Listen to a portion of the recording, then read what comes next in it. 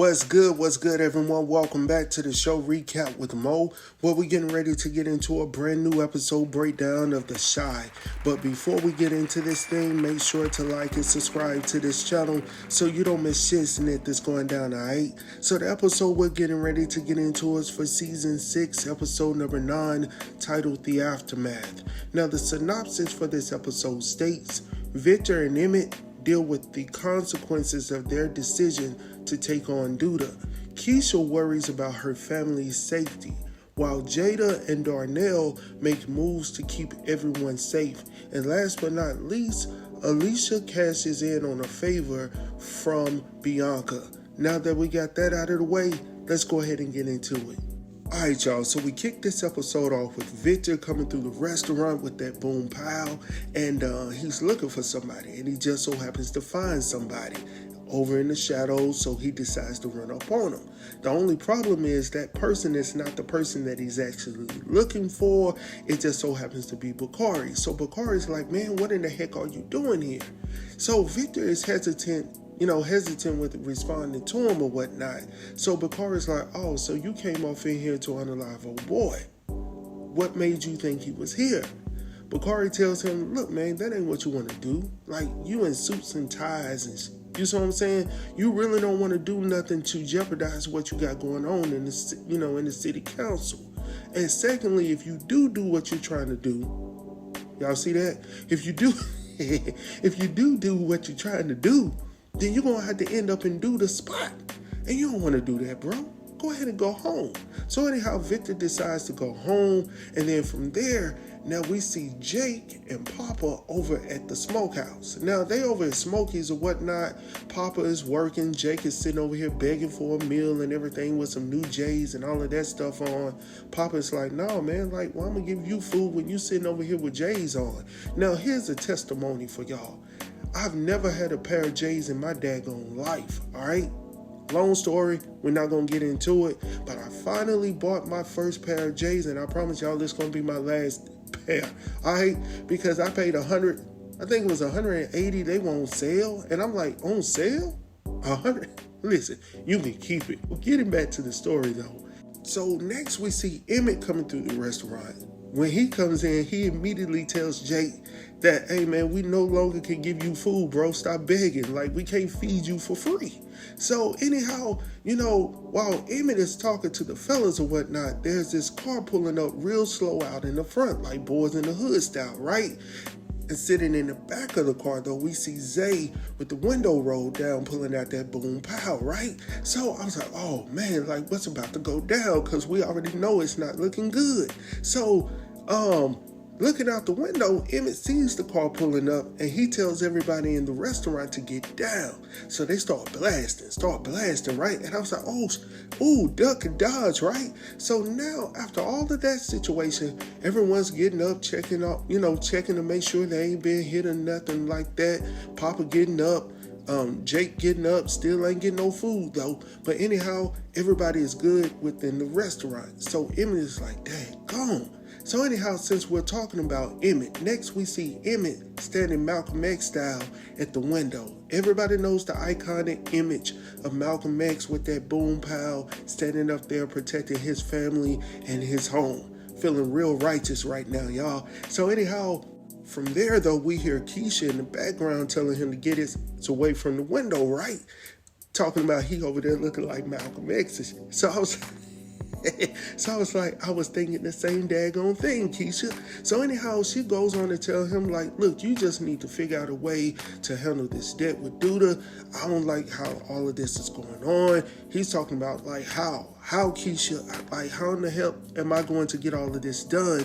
Like, I'm nervous right now. I'm trying to protect my family. They have this huge blow up or whatnot. And he eventually starts to apologize to her because he's feeling some type of way about this. He's trying to protect his family or whatnot. But right now, he doesn't know what to do. All right. And he tells his girl, which is hard for a man to do, I'm scared. She's scared. We're scared together. What that song by Ja Rule, you cry, we cry together?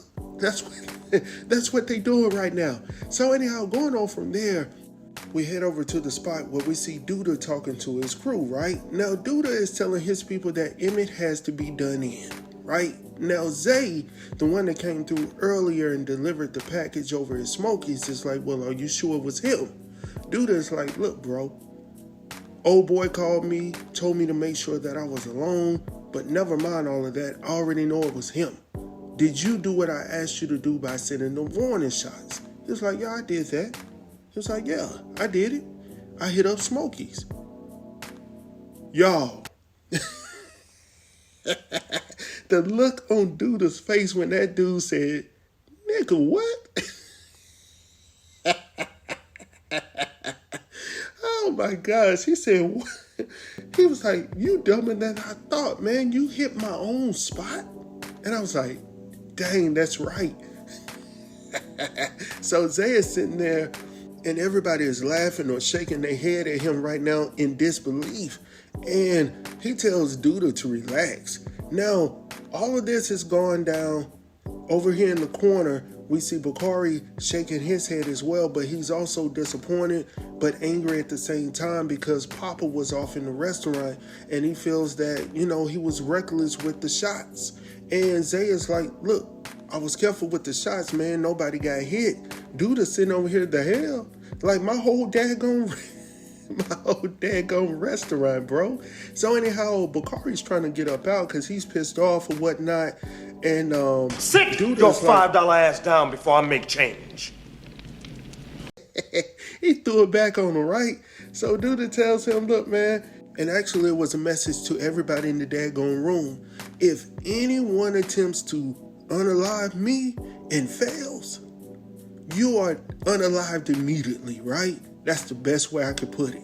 So you better get it right the first time, because if not, it's going to be a situation, all right, on immediate. All right, what Bernie Mac used to say is going to be a misunderstanding, and I'm going to bust your head to the way. And he meant that, right? So anyhow, going on from there, we head over to the hospital where we see Alicia, who's, upset a little bit about her son, Rob, laying up in the hospital right now. And then outside of the room, we see Tiff pacing back and forth. She's nervous right now. And I got my thoughts about this whole situation between Rob, Alicia, as well as Douda. We'll talk about that at a later time, but I got some thoughts on that, all right? So anyhow, going on from there, we head over to see Darnell and Emmett. So Darnell is asking Emmett questions about the whole situation, and he's asking him, like, how did he know that you were coming and all of this good stuff? Emmett tells him that he called up there to set it up. Papa's like, for real, bro? Like, you dumb as... I can't even get it out. Like, for real... That sounds like something I would say to my son, like, for real? Like, let me get back. So anyhow, Emmett tells him that he's going to, increase his security or whatnot. And Darnell is like, look, boy, what? Like, if Douda wants to get to you, he's going to get to you regardless of the daggone security you got, right? So while Emmett's sitting there, wondering what to do, his father tells him that he just needs to, convince him that he's worth more alive to him than he is unalived, right? So then Emmett looks at him for like a quick second and then immediately gets up to head out. Darnell is like, hold on, where are you going? Emmett tells him that he's going back over there to Smokey's or whatnot. Darnell is like, boy, what? No, you're not going by yourself. And I'm right there with you, man. Like, I'm not letting my son, who I know just had a potential hit on him or whatnot. No, you're not going nowhere by yourself. I'm going with you. So anyhow, from there, we head back over to the hospital where we see this guy pushing this cart with flowers or whatnot, going through the rooms or whatnot where Rob was, where he was initially, but he's not there. And it turns out that Alicia and Tiffany not even Tiffany. Alicia has decided to take this brother up out of the hospital for his own safety because she doesn't think that he's going to be safe. So I will give her credit on this because she knew that, potentially the person that he was trying to get at would potentially send somebody over there to get back at him, right?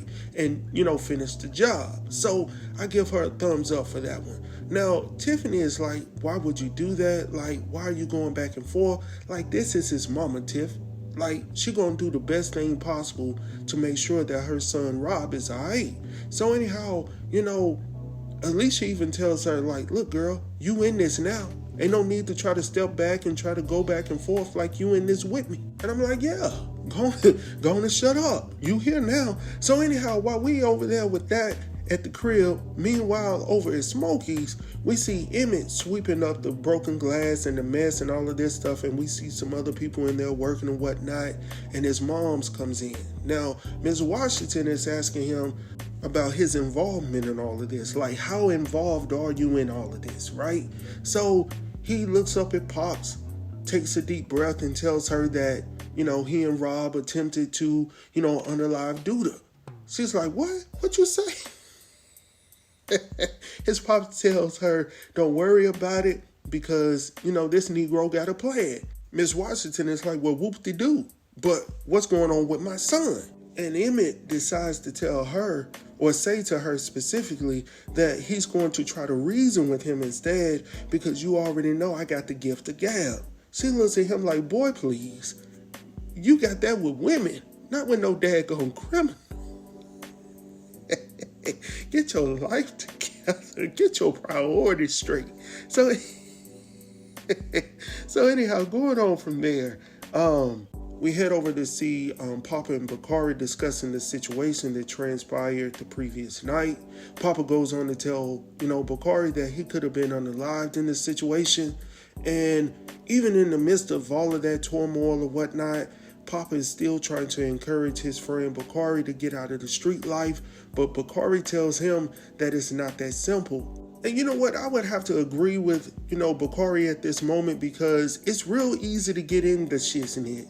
But it's not that easy to get up out of the shits in it. Like, we're going to make it real easy for you to get in some stuff.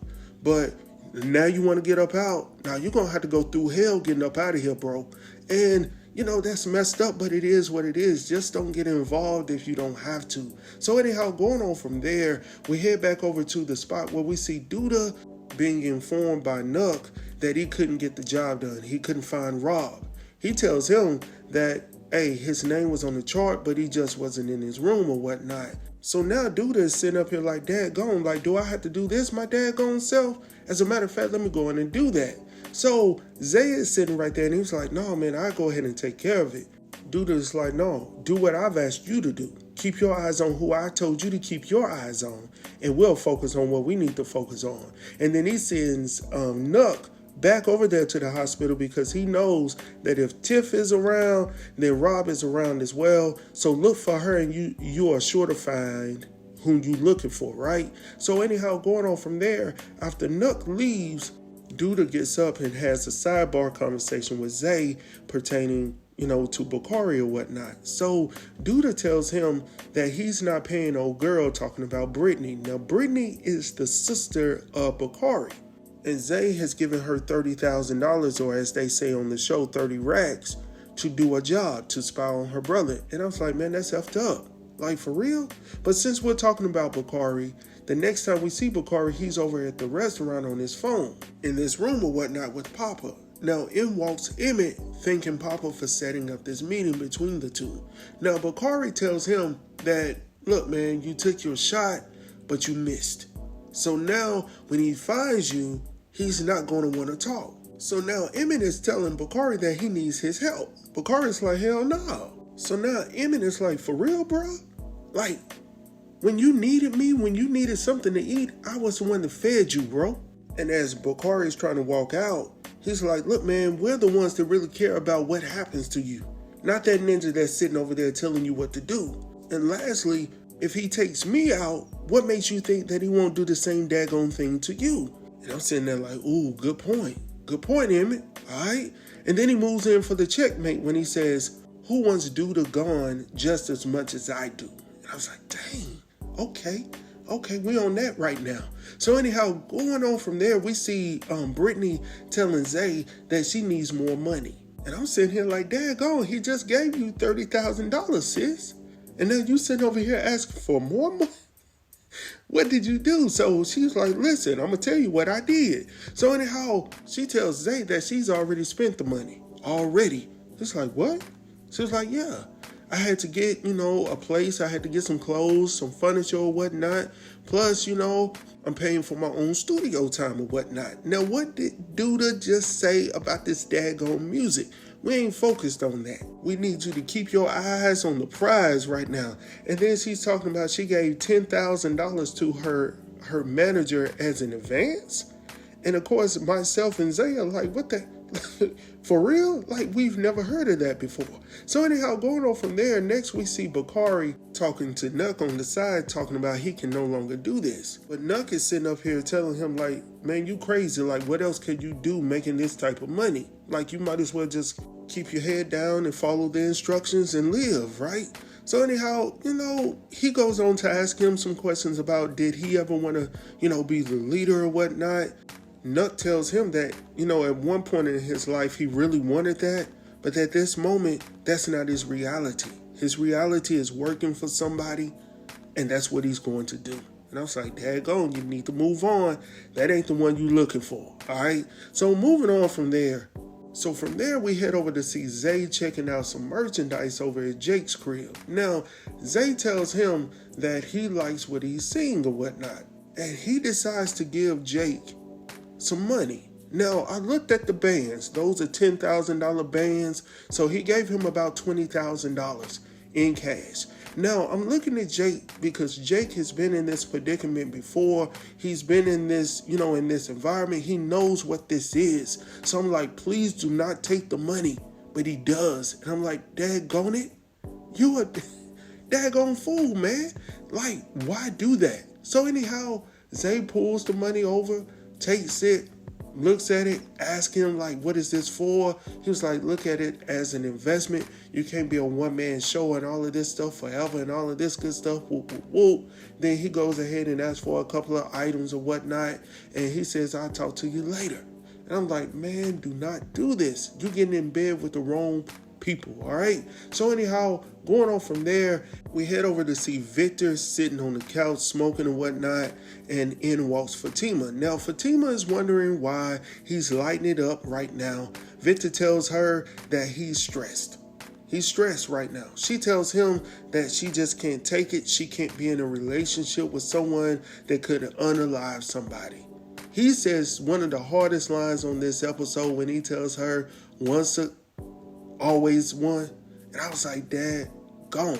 That is so real. But he's a little rusty. He may be that, but he's real rusty. He's real rusty right now. So anyhow, going on from there, we see Tracy talking to Deja. Now, Tracy is trying to encourage Deja to live the single woman life, right? Join the singles club.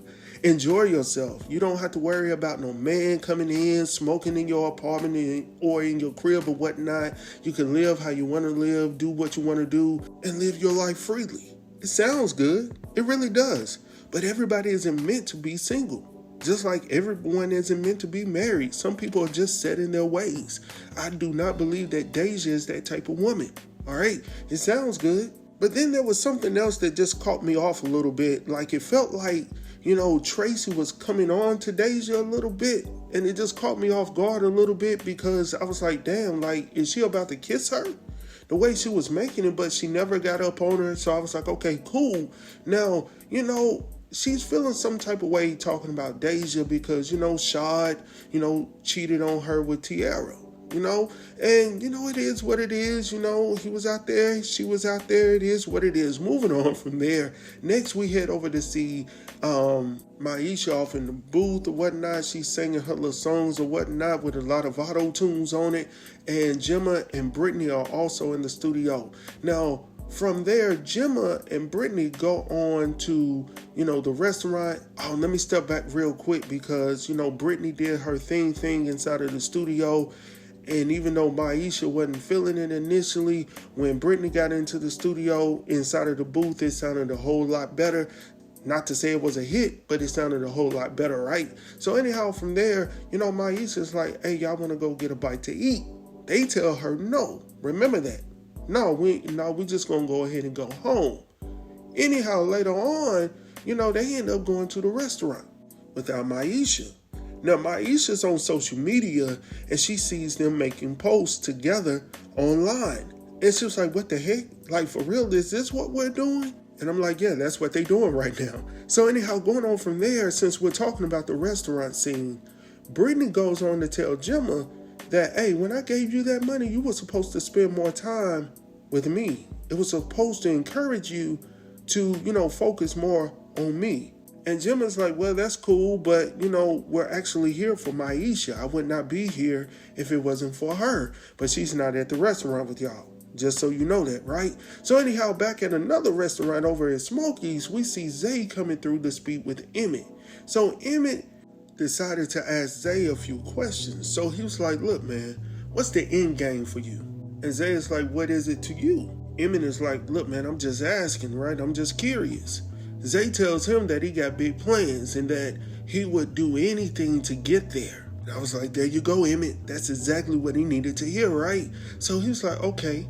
So even if it means unaliving the man in charge, Emmett tells Zay that as long as Douda is alive, you'll never be the boss. Zay's like, so who's going to get rid of him? You? Like questioning, like you've already tried to do that and failed. Emmett tells him that whoever does it is going to take his spot. And he tells Zay that he's not really interested in taking that spot. Emmett does want Zay to go and talk to Douda though for him, right? Zay's like, bruh, you're not that special, man. Anybody can do this job. Emmett is like, no, they can't. You can't be the front runner. You have to be in the streets. You can't be up here shaking hands, greeting the customers and all of that stuff. That's me all day. But you got to handle the back end part. That's your part. That's Douda's part. So who's going to do all of the handshaking and the kissing of the rear ends if ain't nobody here to do it? I was like, daggone, he moving in. He got to give the gab even with criminals a little bit. Maybe his mom should have seen this part. Anyhow, going on from there. So we head over to the crib to see Emmett and Tiffany having this conversation. Kiesha is there as well. So they're having this whole dialogue about Rob and that whole situation over at the hospital, how it went down. Alicia took old boy out of the hospital due to religious reasons, and we already know that's a lie. Ain't nobody religious in the daggone house. So of course Emmett, while he's there, wants to go see his friend back in the back, but Alicia ain't going for it, right? So she comes out and she's going in on Tiffany, talking about why you keep allowing people to come and see Rob. Whoa. Keisha's like, look, we can go home. Alicia's like, well, who are you? And how do you know one another? So they break down the whole little situation, the whole story, how he got a baby over here, a baby over there, and he got two over here with some other women. And so like, damn, this is ghetto. Like, hold on. Just on the sidebar. She plays these types of characters all of the daggone time. It just brings me back to a thin line between love and hate with her. Daggone. Oh man, she is so good. Anyhow, going on from there, we head back over to the restaurant where we see Douda and Zay discussing the whole Emmett situation, right? And Zay goes on to tell Douda that if we unalive Emmett, who's going to be the front house ninja, right? And Douda's like, ninja what? He was like, he done got to you, right? Zay's like, no, I'm just thinking like you told me to be smart about it. So Douda is like, okay, cool. So then Douda acts like he's getting ready to walk away. He comes up from behind, grabs old boy by the neck, talking about, oh, all right, so were y'all working together on this? He was like, no, man, I don't know what you're talking about. It didn't feel good, did it, Zay? Where's that huffing and puffing that you were doing earlier? It ain't in you, man. So anyhow, Douda's like, where is he? I need you to tell me where he is.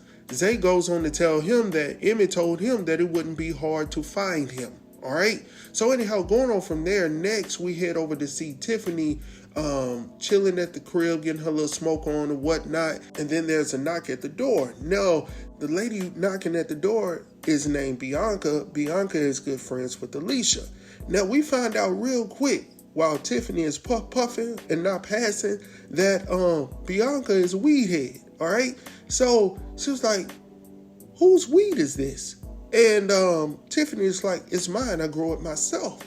So Bianca's like, okay, I can actually use some of this down in my cigar lounge, all right? And then Bianca tells her that she can actually upgrade her clientele. So while they're in the midst of their conversation, here comes Alicia walking down the steps telling Tiffany that she needs the room. Tiffany is like, I was already in here. She was like, I don't give a daggone. Like, get up out the room. So when Alicia comes down the steps, she has this side conversation with Bianca talking about it's time. Bianca is like, for what? It's time for what? And Alicia is like, it's time to cash in on that favor. So she was like, do you know Douda? She was like, yeah, I'm cool with him. She was like, great. And I'm like, great for what? What we talking about? And that's all we hear? Like, I need to know more. Like, what we're about to get into. I don't think it's going to work out favorable for Alicia. I really don't. I don't know if she's going to turn on her. Who knows, daggone it. So anyhow, going on from there, we head over to see Nina and Kiesha. Now, they're at the crib together. She tells Kiesha that, she had to let go of Dre because Dre was still in love with, her ex or whatnot. And that was a sad moment. It wasn't meant to be. So anyhow, going on from there, we see Gemma and her mother, who just so happens to be Tiara. Tiara is sitting there next to her, and Gemma tells her that she kissed a girl, and and she was like, am I a lesbian now? And she was like, no, you're just experimenting. And I'm like, huh? And I'm going to leave it at that because I don't even know how to break all of that down. But since we're talking about, her actual boyfriend at this moment, Jake is actually over here having a conversation with Victor. And, so Jake tells him about the whole situation where he took some money. Victor's like, man, look, I'm concerned. I'm worried for you right now because you taking money from Zay and all of this stuff. Jake is sitting over here getting an attitude talking about, I know how to take care of myself. Like, I've been here, done that before. And he was like, no, man, you taking money from Douda. He was like, no, I didn't. Yes, you did. That's where Zay got the money from. So anyhow, Victor goes on to ask if he's going to, come to the brother circle or whatnot. Jake tells him he may not. But of course, he's not going to do that because he's sitting over here on social media looking at, chicks on the Instagram or whatnot. So going on from there, since we're talking about chicks, next we see Maisha telling Papa about her situation, how it went down the other night when she asked them, did they want to go out to eat? And they said no to her, but ended up going out to eat anyway, and she saw it on social media. So they're having this, pretty good conversation, and the vibe is good. Papa looks at her, and she looks at him, and he licks his lips, and she's looking back at him, right? And they getting ready to, it looked like they were getting ready to go. Then all of a sudden, she receives a phone call. Her phone starts vibrating, and she's talking about, oh, it's Kevin. I need to call him back. I was like, look, man, y'all keep playing games. Y'all keep going back and forth. Y'all need to do what y'all need to do. All right, he's talking about he needs a wife, he wants to have a family and all of this good stuff.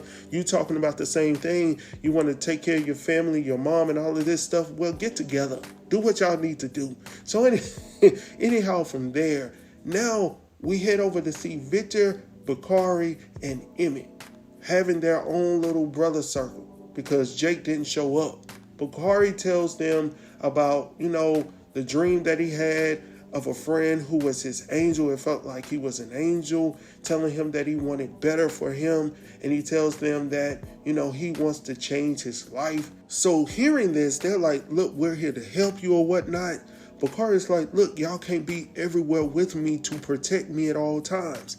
And all of a sudden, after hearing all of this, the man wants to speak to Douda. What man am I talking about? Talking about daggone Emmett. Emmett jumps up talking about he has to go speak to Douda.